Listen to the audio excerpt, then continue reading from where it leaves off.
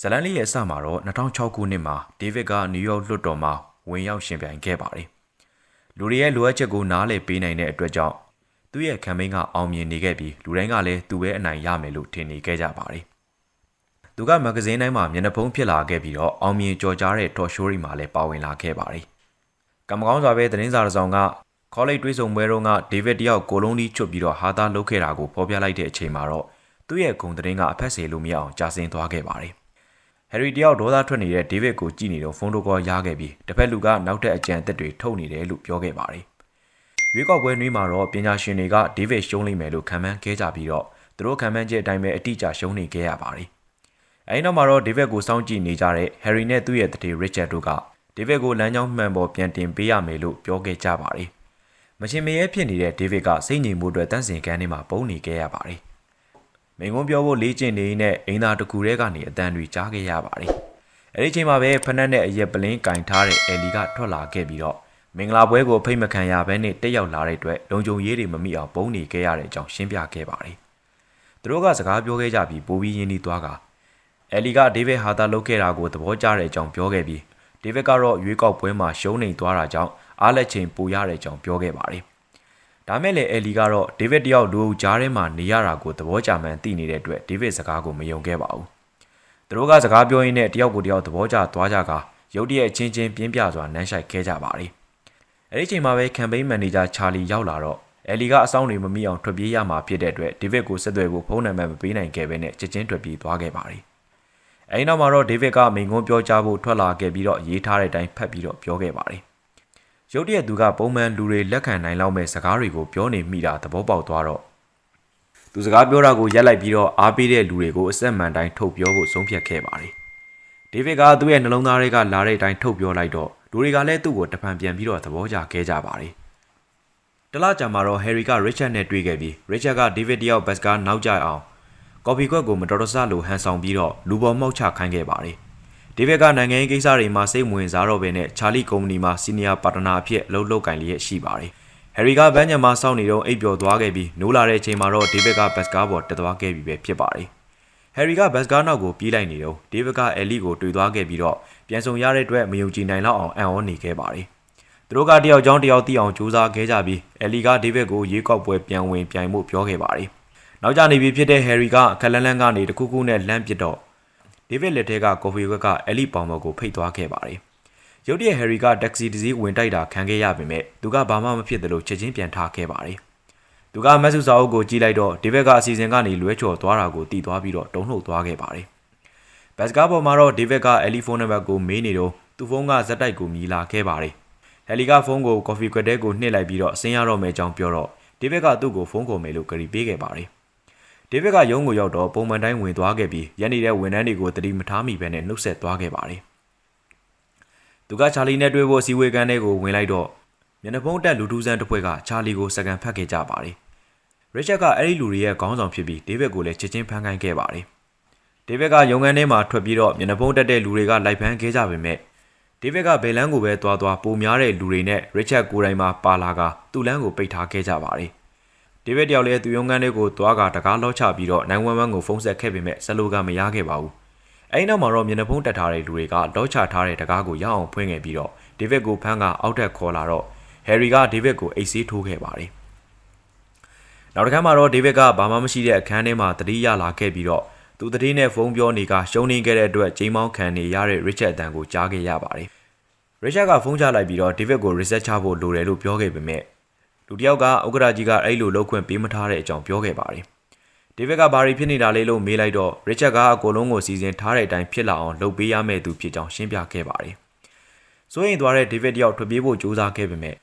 ရစ်ချက်ကလက်ကိုရန်လိုက်တဲ့အခါမှာတော့ကျမ်းမြင်ကကြွတက်လာခဲ့ပြီးတော့ဒေးဗစ်ကလည်းလဲကျသွားခဲ့ပါတယ်။သူတို့ကဒေးဗစ်ကိုခုံမော်ပြန်ထိုင်ခိုင်းခဲ့ပြီးရစ်ချက်ကဒေးဗစ်စိတ်ကိုဖတ်နိုင်တဲ့အကြောင်းရှင်းပြကသူတွေးနေတဲ့အယောင်နဲ့နံပါတ်ကိုပြောပြခဲ့ပါတယ်။ရစ်ချက်တို့အဖွဲ့ကပြုပြင်ပြောင်းလဲဌာနက TAB ကဖြစ်ပြီးတော့သူတို့ကချာလီကိုပြောင်းလဲနေကြတဲ့အတွက်ဒေးဗစ်ကသူတို့ကိုမတွေ့ဘူးတာပဲဖြစ်ပါတယ်။တကယ်တော့ဒေးဗစ်ကဘန်းညံမှာကော်ဖီဖိတ်ကြကအိမ်ကိုဝက်စားပြန်လဲပြီးတော့သူတို့ထွက်သွားတဲ့အချိန်မှရုံးကိုနောက်ကျပြီးတော့ရောက်လာရမှာပဲဖြစ်ပါတယ်။ကဘာပေါ်ကလူတိုင်းအတွက်သတ်မှတ်ထားတဲ့လမ်းကြောင်းရှိပြီးတော့ TAB ကကော်ဖီမောက်တာတို့အင်တာနက်ဖြတ်တာတို့လိုသေးငယ်တဲ့ကိစ္စလေးတွေလုပ်ပြီးတော့ကိုက်အောင်ပြုပြင်ရတာပဲဖြစ်ပါတယ်။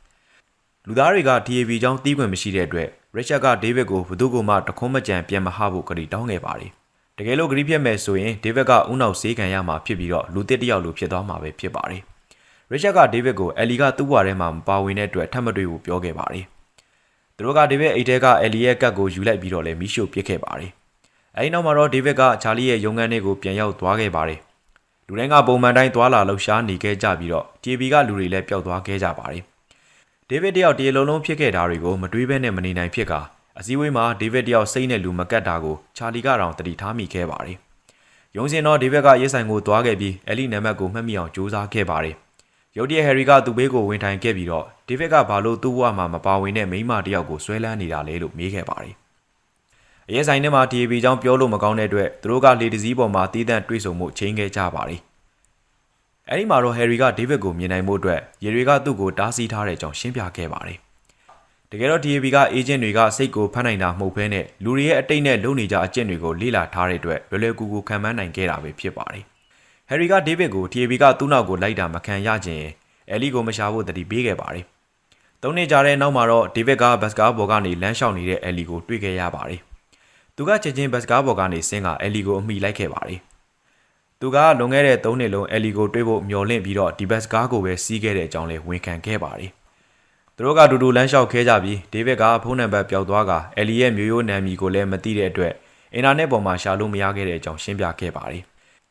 TAB အေဂျင့်တယောက်ကဒေးဗစ်ရဲ့ပြောင်းလဲမှုကိုတတိထားမိသွားကတတိပေးလိုက်တော့ရစ်ချတ်ကသူ့လူတွေကိုဒေးဗစ်နောက်ကိုလိုက်ခိုင်းခဲ့ပါတယ်။အဲလီကဘယ်လီကုမ္ပဏီကဘယ်လီကချီတဲ့တယောက်ဖြစ်တဲ့အကြောင်းနဲ့မနက်ဖြန်ညကျရင်ကာပွဲရှိတဲ့အကြောင်းဒေးဗစ်ကိုပြောပြခဲ့ပါတယ်။သူတို့နှစ်ယောက်ကမနက်စာစားဖို့ကော်ဖီဆိုင်တစ်ခုကိုဝင်ခဲ့ပြီးရစ်ချတ်ကတော့ခလန်းလန်းကနေသူတို့ကိုကြည့်နေကဒေးဗစ်ရဲ့လမ်းကြောင်းကအပြောင်းလဲတွေကိုတတိထားမိနေခဲ့ပါတယ်။ဒေးဗစ်တို့နှစ်ယောက်ကနမ်းလိုက်မယ်ဆိုရင်တော့လမ်းကြောင်းကနေပြင်လို့မရအောင်တွေးဖယ်သွားမှာပဲဖြစ်ပါတယ်။ TAB ကနောက်ရှက်ဖို့အတွက်ချာလီကိုဆေလွတ်ခဲ့ပြီးတော့ဒေးဗစ်ကိုအရေးကြီးမိန်ကိုပြောစရာရှိတဲ့အကြောင်းတတိပေးခိုင်းခဲ့ပါတယ်။သူတို့ကနှုတ်ဆက်ရင်နန်းကနီးမှာတော့ရစ်ချတ်ကချာလီကို TV ဝန်ထမ်းဟန်ဆောင်ကမက်ဆေ့ပို့လိုက်တော့ချာလီကဒေးဗစ်ကိုအမြန်လုပ်ခိုင်းခဲ့ပါတယ်။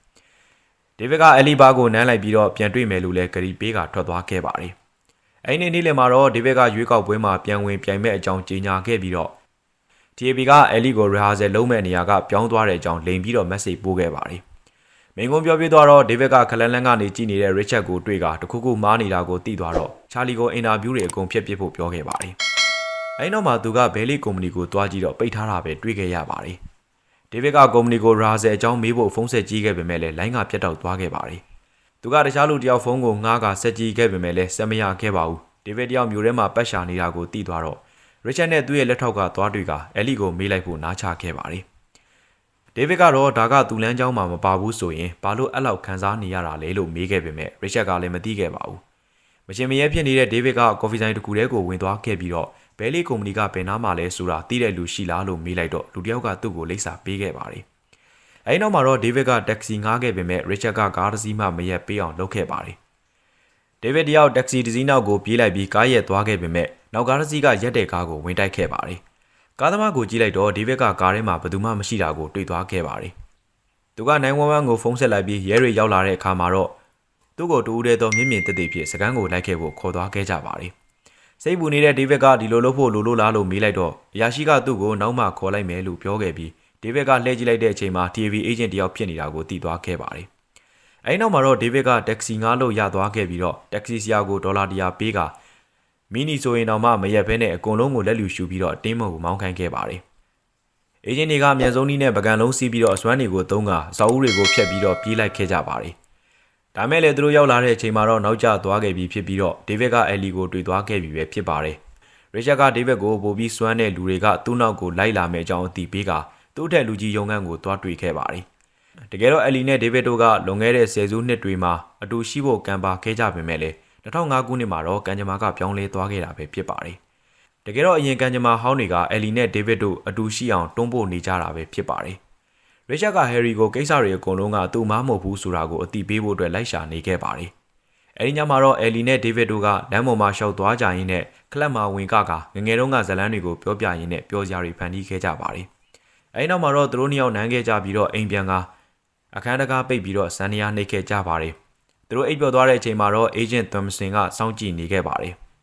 နောက်ဒီမနေ့မှာတော့အယ်လီနဲ့သူနဲ့ဆက်သွယ်ပြတ်နေတာကြာပြီးဖြစ်တဲ့ကြီးစားဟောင်းစီကဖုန်းကောတွေအများကြီးဝင်ထားတာကိုတွေ့ခဲ့ရပါတယ်။အယ်လီကသူနဲ့ဆေးဆက်ခဲ့ပေမဲ့ဒေးဗစ်ကိုပဲချစ်တဲ့အတွက်သူနဲ့လမ်းခွဲခဲ့တဲ့အကြောင်းပြောပြခဲ့ပါတယ်။ဒေးဗစ်ကလည်းအယ်လီကိုအတူတူရှိရတဲ့အချိန်မှာသူ့ကိုယ်သူပြန်ရှာတွေ့တယ်လို့မျိုးပဲလို့ပြောပြခဲ့ပါတယ်။အေဂျင့်တွေကအယ်လီကိုသူ့ဘွားတွေကနေပါထုတ်သွားမှစိုးရိမ်နေတဲ့အတွက်ဒေးဗစ်ကသူ့အင်တာဗျူးကိုလိုက်ကြည့်ဖို့အယ်လီကို TV စတူဒီယိုကိုဖိတ်ခေါ်ခဲ့ပါတယ်။ရိုက်ကူးရေးပြီးသွားတဲ့အခါမှာတော့ဝန်ထမ်းဟန်ဆောင်ထားတဲ့အေဂျင့်တယောက်က။အယ်လီကိုဒေးဗစ်ကကြောက်မှဖြစ်တဲ့အတွက်ပြီးသွားရင်ဖုန်းခေါ်လိုက်မယ်ဆိုပြီးတော့လိန်ပြောခဲ့ပါတယ်။အယ်လီထွက်သွားတဲ့အခါမှာတော့အေဂျင့်ကဒေးဗစ်ကိုနောက်ထပ်ရှိုးတစ်ခုစီကိုခေါ်သွားသလိုနဲ့ကိုလောင်ယုံတစ်ခုတည်းထည့်ကတော့ပိတ်ထားခဲ့ပါတယ်။ခဏကြာတော့သောမစင်ရောက်လာခဲ့ပြီးဒေးဗစ်ကဂရီကဘလို့ဖြစ်သွားပြီလဲလို့မေးခဲ့ပါတယ်။သောမစင်က TAB ကလူသားမျိုးနွယ်ကိုကူအောင်လူသားခစ်ကနေရောမအင်ပါယာရောက်တဲ့အထိကိုမြင့်တင်ခဲ့တာဖြစ်ပေမဲ့အဲဒီနောက်မှာတော့လူသားတွေကသူတို့ကိုယ်တိုင်ဘလို့လုပ်မလဲဆိုတာသိကျင်တဲ့အတွက်မထိန်ချုပ်ပဲနေခဲ့တဲ့အကြောင်းရှင်းပြခဲ့ပါတယ်။သူတို့လက်ဆောင်လိုက်တော့ရာစုနဲ့9ခုကြာအောင်အမောင်ခကြီးဖြစ်ပွားခဲ့တဲ့အတွက်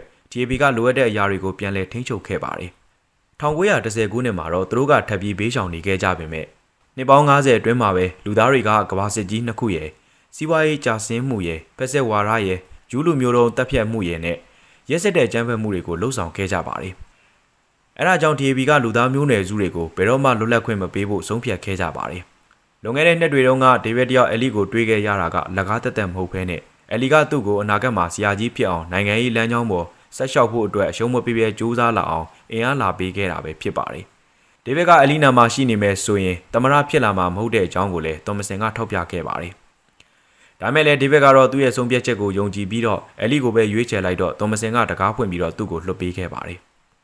ဒေးဗစ်ကအယ်လီရဲ့ကာပွဲကိုတွားကြည့်ဖို့အတွက်ပြားဆက်ယုံကိုချက်ချင်းသွားတော့သောမစင်ကသူ့နောက်မှာပေါ်လာခဲ့ပြီးတော့အယ်လီကသူ့နားမှာဆက်ရှိနေမယ်ဆိုရင်အကဆီယာမပဲဖြစ်နေမယ်အကြောင်းနဲ့မဟုတ်ရင်တော့ကဘာပေါ်မှာနာမည်အကြီးဆုံးကားရှိတဲ့ဖြစ်လာမှာဖြစ်တဲ့အကြောင်းရှင်းပြခဲ့ပါတယ်။သောမစင်ကဒေးဗစ်ကိုစိတ်ကြိုက်ရွေးချယ်ဖို့ပြောခဲ့ပေမဲ့ထွက်လာတော့ကောင်းချိန်ပြီးတော့အယ်လီကိုကနေတော့လဲကျသွားအောင်လုပ်ခဲ့ပါတယ်။အဲဒီနောက်မှာတော့ဒေးဗစ်ကဒဏ်ရာရသွားတဲ့အယ်လီကိုဆေးရုံခေါ်သွားခဲ့ပါတယ်။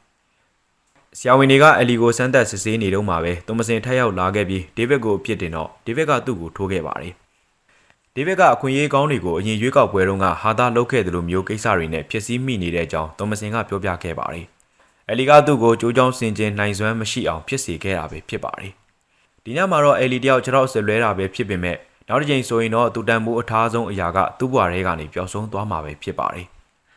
သောမစင်ထွက်သွားတဲ့အခါမှာတော့ဒေးဗစ်ကအယ်လီကိုတွားကြည့်ခဲ့ပြီးအစစ်လွဲတာမှန်သိသွားပြီးတော့တလတွင်းပြန်ကောင်းလာမှာကိုသိခဲ့ရပါတယ်။ဒေးဗစ်ကသူ့ကိုပွေးဖက်လိုက်ပြီးတော့ဖုန်းဆက်စရာရှိတယ်လို့ပြောခဲ့ပေမဲ့တကယ်တော့ဆေးရုံထဲကနေထွက်သွားတာဖြစ်ကအယ်လီကောင်းဖို့အတွက်ဘယ်တော့မှထပ်မဆက်သွယ်ဖို့ဆုံးဖြတ်ခဲ့တာပဲဖြစ်ပါတယ်။အဲဒီနောက်17လကြာပြီးတဲ့နောက်မှာတော့ဒေးဗစ်ကပြည်သူ့မဲဆန္ဒနယ်မှာဥဆောင်ထားနိုင်ခဲ့ပါတယ်။တမန်တော်မှာတော့ချာလီကသူ့ကိုသတင်းစာလာပြခဲ့ပြီးတော့အယ်လီကသူ့ဤသားဟောင်းနဲ့ပြန်တွဲကတပတ်တွင်းလက်ထပ်တော့မယ့်အကြောင်းကိုပြောပြခဲ့ပါတယ်။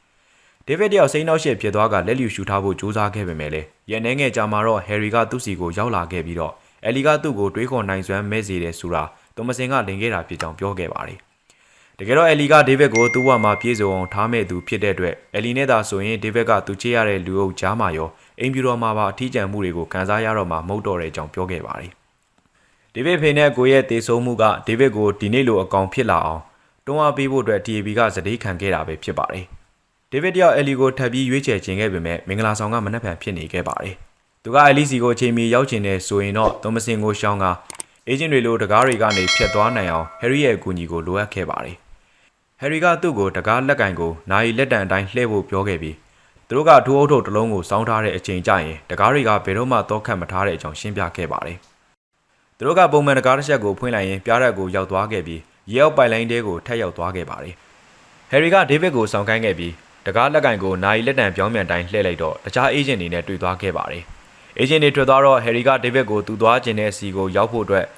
တကားလက်ကင်လှည့်နီးပြပြီးတော့အုတ်ထုပ်ဆောင်ထားတဲ့လူတွေကရုပ်ပြစ်ထားတဲ့အေဂျင့်တွေဖြစ်နိုင်တဲ့အတွက်မြင်လာနဲ့ထွက်ပြေးဖို့တတိပေးခဲ့ပါတယ်။သူတို့နှစ်ယောက်ကတညာလုံးလေးလာခဲ့ကြပြီးတော့မနေ့ရောက်တဲ့အခါမှာတော့ဟယ်ရီကဒေးဗစ်ကိုသူ့အုတ်ထုပ်ပေးကကန်ကောင်းပါစီလို့ဆူတောင်းပေးခဲ့ပါတယ်။ဒေးဗစ်တယောက်တကားတွေကနေဖြတ်သွားပြီးတော့မိုးရီထဲမှာပြေးနေတော့မှပဲ TAB ကသူ့ကိုချီယာမခံနိုင်တော့ဘဲနဲ့ပျောက်သွားတဲ့အတွက်လိုက်ရှာဖို့အဖွဲတစ်ဖွဲစီလွတ်ခဲ့ပါတယ်။မြန်နိုင်သမျှမြန်ပြေးနေတဲ့ဒေးဗစ်ကရင်ကြောပိတ်နေတဲ့ဂျားကိုဖျက်လာနိုင်ခဲ့ပေမဲ့တရားရုံးရှိရောက်တဲ့အခါမှာတော့လူတစ်ယောက်ကိုဝင်တိုက်ခဲ့ပါတယ်။သူတို့သားကစောင့်နေခဲ့ပေမဲ့လည်းအယ်လီရောက်မလာသေးတဲ့အတွက်စိတ်ပူနေခဲ့ပါတယ်။တရားရုံးဝင်ပေါက်မှာတော့စစ်ဆေးရှိနေတဲ့အတွက်ဒေးဗစ်ကသူ့ဖုန်းနဲ့ဂျက်ကတ်ကိုထားခဲ့ရပေမဲ့အုတ်ထုပ်ကိုရအောင်ယူလာခဲ့ပါတယ်။ အထပ်ပေါင်းများစွာကိုပြေးကြည့်ရင်းနဲ့နောက်ဆုံးမှာတော့ဒေးဗစ်ကတန့်စင်ကန်းထဲမှာအယ်လီကိုတွေးခဲ့ပေမဲ့ဒေးဗစ်ကသူ့ကိုစွန့်ပစ်ခဲ့တဲ့အတွက်အယ်လီကဒေါသထွက်နေခဲ့ပါတယ်။အဲဒီချိန်မှာပဲအေဂျင့်တယောက်ဝင်လာတော့ဒေးဗစ်ကသူ့ကိုတစ်ချက်တည်းနဲ့အမောက်သိမ်းလိုက်ပြီးတော့မတ်ဆူစာအုပ်ကိုယူကာဘာတွေဖြစ်ခဲ့လဲဆိုတာကိုအမှန်တိုင်းကိုရှင်းပြခဲ့ပါတယ်။ဒေးဗစ်ကသူ့ကိုချစ်ပြီးတော့သူ့တဘွားလုံးကိုအယ်လီနဲ့အတူတူဖျက်ဆီးသွားခြင်းတဲ့အကြောင်းလည်းပြောခဲ့ပါတယ်